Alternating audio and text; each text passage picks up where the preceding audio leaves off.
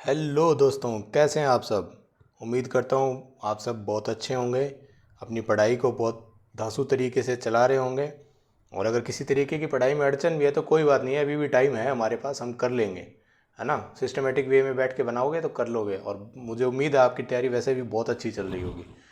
तो जैसा कि मैंने आपको जो वीक 3 का करंट अफेयर जो लेक्चर डिस्कस किया था, उसके अंदर मैंने आपको बताया था कि ये क्वेश्चंस जो हैं वो दूसरे वीडियो के अंदर अपन इनके मॉडल आंसर के साथ डिस्कस करेंगे। मैं उम्मीद करता हूँ कि आपने वो क्वेश्चंस लिख लिए होंगे और अब आप मॉडल आंसर के साथ अपने आंसर्स को टैली करने के लिए बिल्कुल रेडी होंगे, है ना। तो किसी भी गलती को अगर आपने कोई आपको कमी महसूस होती है तो उसको हाथों हाथ कॉपी में नोट डाउन करें, अपने नोट्स में अपडेट करें, ताकि रिवीजन जब आप करोगे तो वो गलतियां दोबारा आपसे नहीं हो और वो दिमाग में एकदम ऐसे फिट हो जाएगा। और जैसे ही आप वहाँ एग्ज़ाम सेंटर में बैठ के लिखोगे तुरंत आपके दिमाग में वो जो नोट्स वाले रजिस्टर या जो टेस्ट आप जो लिख रहे हो ना, जो हाथ से जो चीज़ें लिखी जाती हैं वो एकदम एज इट इज़ आपके फ़ोटो दिमाग में निकलती जाएगी। ठीक है, तो चलिए सॉल्यूशन जो है वो देख लेते हैं। पहला क्वेश्चन 2 अंक 15 शब्द वाली कैटेगरी के अंदर कि 2026 क्वेश्चन था कि 2026 के एशियाई खेलों में जो नगोया में होंगे उनमें योगासन को किस रूप में शामिल किया गया है। तो उत्तर है उनको प्रदर्शन खेल के रूप में शामिल किया गया। ये फॉर्मेट है जिसमें ये आंसर लिखना है। नेक्स्ट क्वेश्चन इज हाल ही में एशियाई ओलंपिक परिषद के निर्विरोध अध्यक्ष किसे चुना गया है या कौन चुने गए हैं। तो रणधीर सिंह जो भारत के हैं उनको इसका अध्यक्ष चुना गया है। कब तक के लिए? 2024 से 28 के लिए। ठीक है।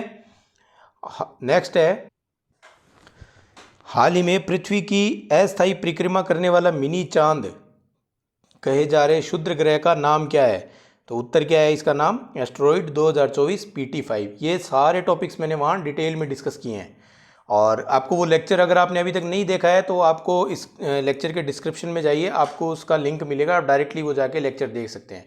और अगर आपको पुराने लेक्चर्स देखने हैं तो उनकी प्लेलिस्ट बनी हुई है, क्वेश्चंस आंसर की भी बनी हुई है और कंटेंट की भी बनी हुई है। तो आप अपने हिसाब से जाके जो भी आपको देखना है आप देख सकते हैं। ठीक है, चलिए नेक्स्ट क्वेश्चन है 5 अंक और 50 शब्द में। इसके अंदर जो पहला क्वेश्चन है वो है दक्षिणी राजस्थान में प्रचलित जातर प्रथा का सामाजिक महत्व क्या है। तो जो उत्तर अपन फॉर्मेटिंग में लिखेंगे वो है कि जातर प्रथा फसल पर विवाहित बेटी या बहन का पहला हक मानकर उसे हिस्सा पहुंचाती है। यह महिलाओं के प्रति सम्मान और संपत्ति में उनके अनौपचारिक हक को दर्शाती है। सामूहिक पूजा और उत्सव सामाजिक एकजुटता को भी ये मजबूत करती है। तो ये इसका सोशल इम्पैक्ट या सोशल इम्पोर्टेंस यानी सामाजिक महत्व है। नेक्स्ट क्वेश्चन है कि भारत में गरीबी रेखा निर्धारण हेतु तेंदुलकर समिति द्वारा निर्धारित राष्ट्रीय औसत सीमाएं क्या है। तो राष्ट्रीय औसत की सीमाएं क्या है कि ग्रामीण क्षेत्रों में प्रति व्यक्ति 1059.42 रुपये प्रति माह और शहरी क्षेत्रों में 1286 रुपये प्रति माह। इनसे नीचे जो कमा रहा है वो BPL है। ठीक है, यहाँ इंपॉर्टेंट बात ये है कि पूरे देश का है, अगर अपना अलग अलग स्टेट का देखें तो ये डिफरेंट होगा। ओके, नेक्स्ट है भारतीय नौसेना के सागर परिक्रमा अभियान का उद्देश्य और महत्व। दो चीज़ें बतानी है आपको, ना तो ये इस पर इतना फोकस नहीं करना है। एक तो इस जो अभियान है इसका उद्देश्य क्या है, सेकंड इस अभियान का महत्व क्या है। ठीक है, तो उद्देश्य के परिप्रेक्ष्य में हम देखें तो इसमें क्या है कि 2 महिला नौसेना अधिकारी जिनमें लेफ्टिनेंट कमांडर दिलना के और रूपा ए, इनके द्वारा क्या है INSP तारिणी पोत से समुद्री मार्ग से दुनिया का चक्कर लगाना है। ये तो है इनका उद्देश्य।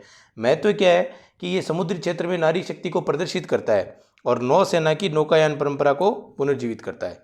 ठीक है, तो ये इंपॉर्टेंट क्वेश्चंस हैं। आप इनका अगर आपने नहीं लिखा है तो आप स्क्रीनशॉट ले लीजिए, वरना मुझे पूरी उम्मीद है कि आप कम से कम खुद के साथ इतना तो ईमानदार होंगे कि भी क्वेश्चंस का आंसर तो आपने लिखा होगा। अगर नहीं है तो ये वाकई में आपके लिए सोचने की बात है, क्योंकि जिस परीक्षा की आपकी तैयारी कर रहे हैं वहाँ उस परीक्षा में आपको अपने प्रति तो ईमानदार होना ही पड़ेगा। ठीक है, नेक्स्ट है 10 अंक और 100 शब्द वाले क्वेश्चन।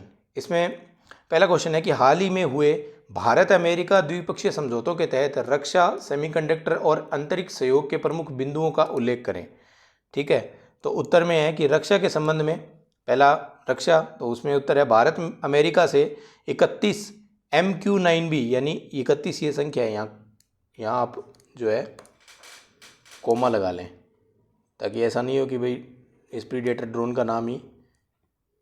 ठीक है, ये 31 संख्या है।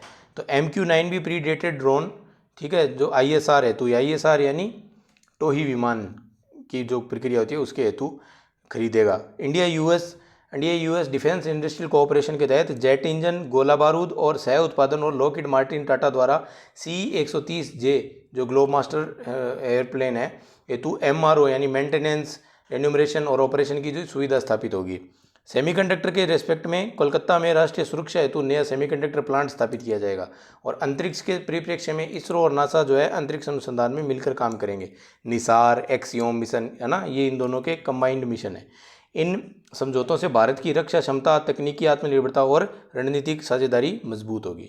नेक्स्ट क्वेश्चन है, अगर ये टॉपिक आपने नहीं पढ़े हैं तो आप उस वीडियो को जाके देखें, मैंने वहाँ डिटेल में डिस्कस किया है, ठीक है, तो आपको सारे कॉन्सेप्ट क्लियर हो जाएंगे।